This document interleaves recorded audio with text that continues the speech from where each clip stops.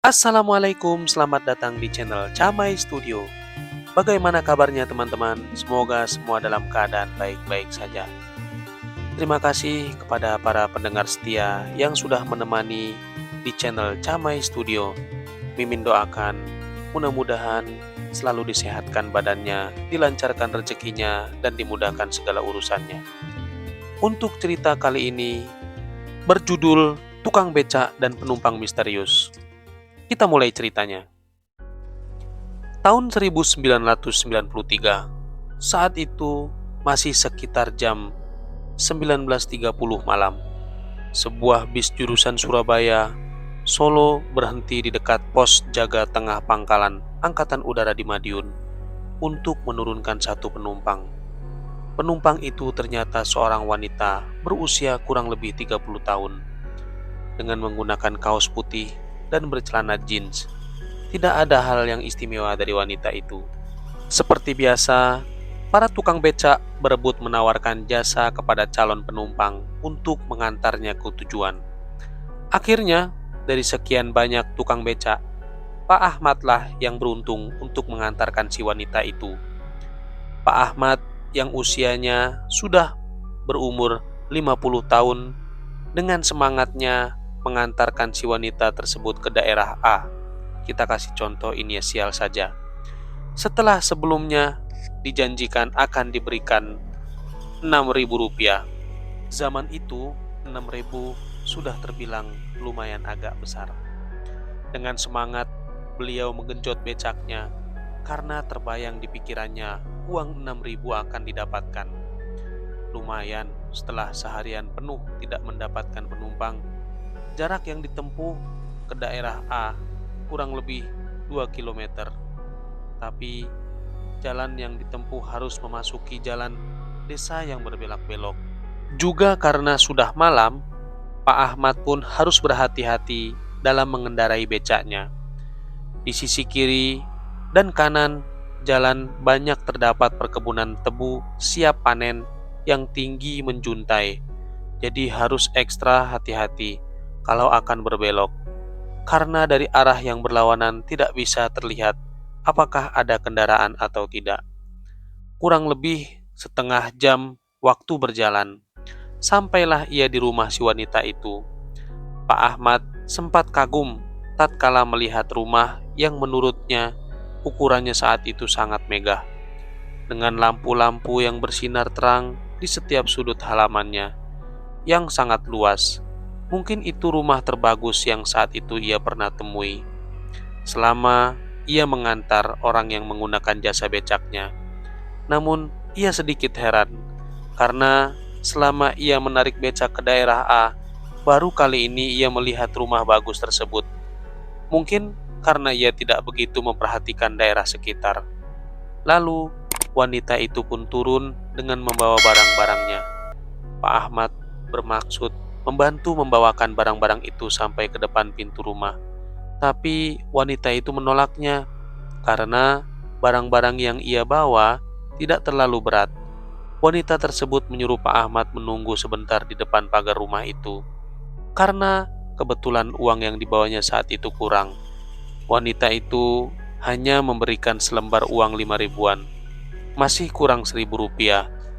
Si wanita itu pun meminta maaf dan bermaksud mengambil kekurangan uangnya ke dalam rumah. Tapi sebelum masuk ke dalam rumahnya, si wanita itu menyarankan ke Pak Ahmad agar memutarkan becaknya menghadap ke jalan, jadinya membelakangi rumah, dengan alasan supaya gampang kalau sudah terima uang tinggal jalan saja. Sambil menunggu, Pak Ahmad duduk di dalam becaknya. 5 menit pun berlalu, tapi wanita tersebut belum juga muncul. Pak Ahmad berpikir, mungkin wanita itu agak susah cari uang 1.000-an atau uang pas. Daripada bosan menunggu, ia lalu mengeluarkan tembakau dan kertas rokok, lalu dilinting, kemudian disulutnya. Di tempat lain, ada sekelompok peronda sedang menjalankan kewajibannya untuk menjaga keamanan kampung. Karena biasanya saat seperti ini, pasti sering ada orang yang mengambil tanaman tebu tanpa izin alias mencuri. Setelah berkeliling-keliling meronda, Akhirnya sampailah mereka ke lokasi di mana Pak Ahmad sedang asik merokok di dalam becaknya. Sambil mengendap-endap, mereka berjalan mendekati beca Pak Ahmad. Pikiran mereka saat itu ada yang mau mencuri tebu dengan menggunakan becak. Tapi setelah dekat, mereka sempat heran karena di becaknya ada seseorang yang sedang merokok dengan santainya. Lalu, para peronda menyapa Pak Ahmad dan segera menanyakan kepentingan beliau di tempat itu. Pak Ahmad dengan santainya menjawab kalau dia barusan mengantar seorang wanita ke rumah yang ada di belakangnya dan sedang menunggu sisa uang ongkos becak dari si wanita tersebut. "Rumah yang mana, Pak?" tanya salah satu peronda.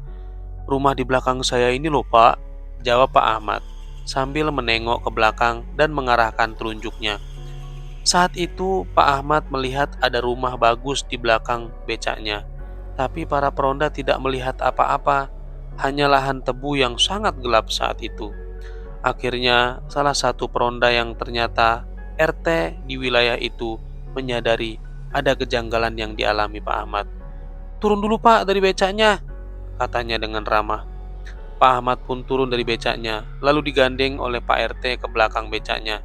"Nah, sekarang bagaimana Pak? Jenengan masih lihat nggak? Apakah ada rumah di belakang becak tadi?" tanya Pak RT. Pak Ahmad melihat ke arah yang ditunjuk Pak RT. Beliau pun kaget dan tersadar. Ternyata di sana tidak ada rumah seperti yang ia lihat sebelumnya. Dan setelah melihat sekelilingnya, lebih kaget lagi karena ia dan becaknya berada di tengah lahan kosong untuk tanaman tebu. Pak Ahmad pun shock melihat kejadian itu. Setelah agak tenang, beliau cerita kalau tadi dia itu diberi uang 5 ribuan oleh seorang wanita yang turun tadi dari jalan. Dan ternyata setelah diambil dari dompetnya, uangnya ia cek kembali. Oh, ternyata masih ada dalam bentuk uang sungguhan. Setelah itu Pak Ahmad dan para peronda mengeluarkan becaknya dari lahan tersebut dan diantarkan sampai perbatasan kampung di jalan. Selesai sudah ceritanya. Cerita ini berdasarkan kisah nyata pada tahun 1993 di kota Madiun.